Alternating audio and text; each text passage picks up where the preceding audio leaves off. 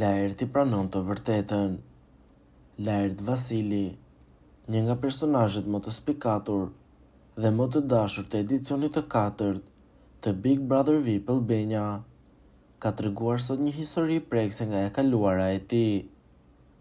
Banori, i cili që nga dita e parë ka tërhequr vëmendjen e publikut me pjekurinë, inteligjencën dhe karakterin e tij të fortë, ka vendosur të ndajë me bashkëbanorët një eksperiencë personale nga periudha kur jetonte në Greqi.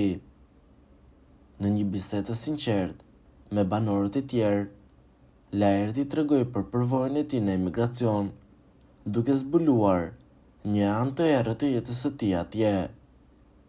Si një i ri me pamje tërheqëse dhe fizik impresionues, ai shpesh gjendej në situata të pakëndshme, ku bëhej objekt i ngacmimeve të natyrës seksuale nga meshkujt të tjerë.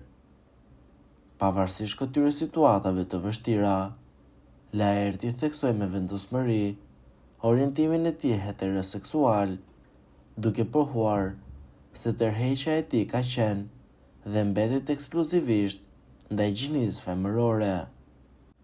Ky rrëfim i hapur nga ana e Laertit ka shërbyer si një moment i rëndësishëm në shtëpinë e Big Brother VIP 4, duke treguar edhe një herë pjekurinë e tij në trajtimin e temave sensitive.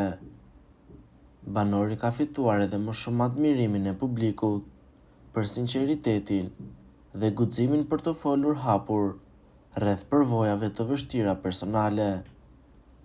Që nga fillimi i këtij edicioni, Laert Vasili është shquar për mënyrën e tij të komunikimit, aftësinë për të analizuar situatat me gjaktësi dhe për të dhënë këshilla të urta për bashkëbanorët e tjerë.